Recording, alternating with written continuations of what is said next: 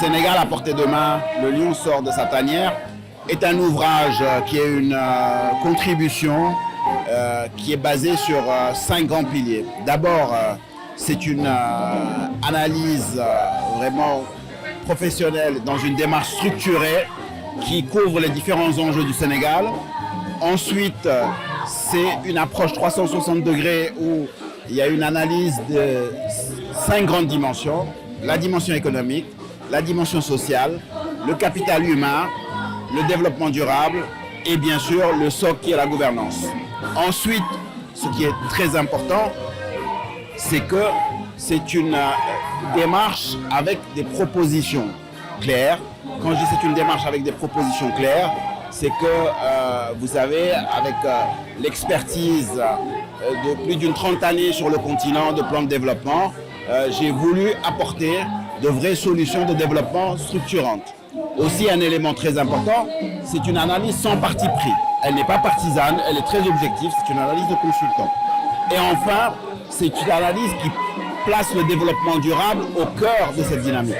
Donc voilà un peu l'essence de l'ouvrage. Nous sommes à la croisée des chemins, le Sénégal est à la croisée des chemins. Beaucoup de choses ont été faites, il y a beaucoup d'acquis, le développement est à portée de main. Il est temps que le Sénégal sorte de cette tanière pour aller se projeter dans l'émergence. Si on regarde cette analyse encore très objective du développement du Sénégal et de ces dernières années, donc je prends juste les 10-12 dernières années, on a une croissance continue à plus de 6%, ce qui est remarquable en termes de croissance économique. Deuxième chose qui est très importante, c'est un développement très fort des infrastructures, que ce soit les infrastructures économiques. Donc il y a eu beaucoup d'investissements portuaires, aéroportuaires, infrastructures de transport, le BRT, le TER, mais aussi infrastructures de désenclavement, puisqu'on a eu dans l'histoire du Sénégal un nombre d'investissements, jamais on a eu un nombre d'investissements aussi important en dehors des grandes villes et en dehors de Dakar pour les infrastructures de désenclavement. Donc troisième chose qui est très importante, c'est un développement très fort du volet social avec la mise en place de la caisse maladie universelle, le développement des bourses de solidarité. Donc il y a eu beaucoup d'actions pour permettre justement aux Sénégalais d'avoir accès aux services sociaux. Et un autre élément qui est très important, c'est qu'on a pris le virage des énergies renouvelables où il y a eu des investissements très forts. Donc il y a eu vraiment beaucoup d'investissements qui fait qu'aujourd'hui le Sénégal est sur une très bonne trajectoire de développement. Quand vous y rajoutez les découvertes du pétrole et du gaz, ça donne une projection assez intéressante. Mais bien sûr, comme je dis, c'est une démarche objective, donc sans parti pris. Il y a des aspects positifs que je viens de citer, mais il y a d'autres sujets sur lesquels on n'a pas été au rendez-vous. Et c'est là où il est le grand enjeu. Quand on parle de croissance, la croissance a été beaucoup drivée par l'investissement public, notamment dans les infrastructures, ce qui fait qu'on est plus dans une logique d'investissement où on exporte la croissance plutôt que créer de la valeur ajoutée locale. Donc ça, c'est à corriger. Autre chose aussi, c'est qu'on a pris le pli d'un certain nombre d'investissements d'infrastructures qui ne sont pas forcément les plus pertinents. Le TER, on aurait pu l'optimiser en termes de coûts par rapport aux besoins de développement du pays. Sur le volet d'éducation, on a investi beaucoup d'argent dans l'éducation, mais le plus gros a été sur l'enseignement supérieur, alors qu'il est essentiel de pouvoir aussi doter le pays de techniciens et notamment d'investir dans la formation professionnelle et aussi d'investir dans les métiers qui soient en phase avec les stratégies de développement du Sénégal. Il y a aussi le volet gouvernance où il y a beaucoup de choses à faire pour avoir une gouvernance publique efficace. Également, quand on voit toute la dimension des valeurs, aujourd'hui on est dans une perte de valeur de la jeunesse en matière de civisme, Quand on voit également le cadre de vie, aujourd'hui on voit l'acte 3 de la décentralisation a donné beaucoup de pouvoir aux collectivités locales, ce qui fait que dans beaucoup de grandes villes, on s'est désurbanisé. C'est-à-dire que le cadre de vie est devenu, Dakar est un marché à ciel ouvert. Donc il y a un ensemble de choses sur lesquelles, malheureusement, on n'a pas été aussi brillant. Donc oui, on est sur une trajectoire très intéressante qui nous permet de dire que le développement est à portée de main. mais il faut des solutions et des stratégies et une vision à long terme qui permettent d'y arriver avec des bonnes personnes et avec la bonne gouvernance. Aujourd'hui, les solutions que je propose dans ce livre sont à 5 dimensions. D'abord, comment faire en sorte d'avoir une stratégie économique créatrice de valeur ajoutée et créatrice de richesse localement. Ensuite, comment mettre en place des services sociaux accessibles à tous. Troisième dimension, comment avoir un capital humain promu et porteur de valeur. Quatrième élément, comment intégrer tous les enjeux, les contraintes et opportunités du développement durable, de l'environnement. Et cinquième pilier qui est transversal, comment mettre en place une gouvernance publique efficace. Et c'est sur ces volets-là que j'apporte des solutions. Par exemple, si on prend le volet économique, aujourd'hui, il faut transformer notre modèle économique pour qu'il y ait un meilleur équilibre entre l'investissement public et l'investissement privé, créer un cadre favorable à l'investissement pour permettre justement de développer l'investissement. Il faut qu'on puisse avoir une approche transformative, un secteur primaire qui soit modernisé. Aujourd'hui, le secteur primaire est celui qui doit être le plus porteur d'emplois.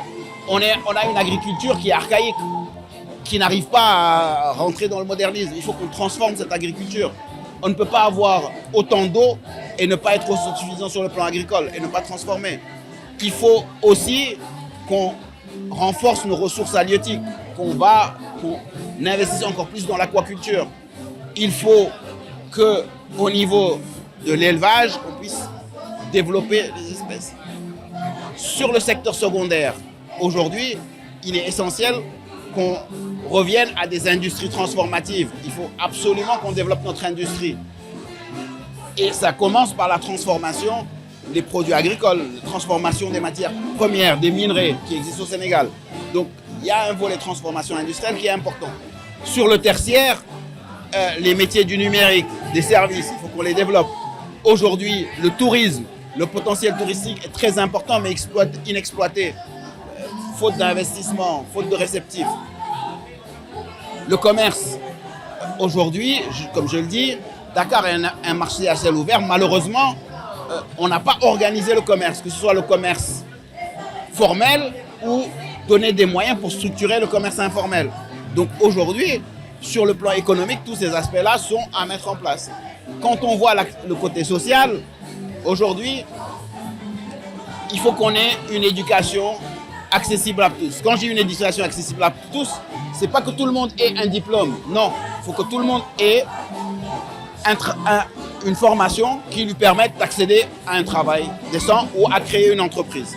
Aujourd'hui, il est dommage de voir que dans le Sénégal, il est impossible de trouver un cuisinier qualifié. Il est impossible de trouver un plombier qualifié parce qu'on n'a pas formé. Et pourtant, on dit que 70% des Sénégalais vivent avec moins de 100 000 francs par mois. Aujourd'hui, vous voulez un cuisinier à 200 000, à 300 000, vous n'en trouvez pas formé. Donc ça veut dire qu'il y a des métiers qui se perdent.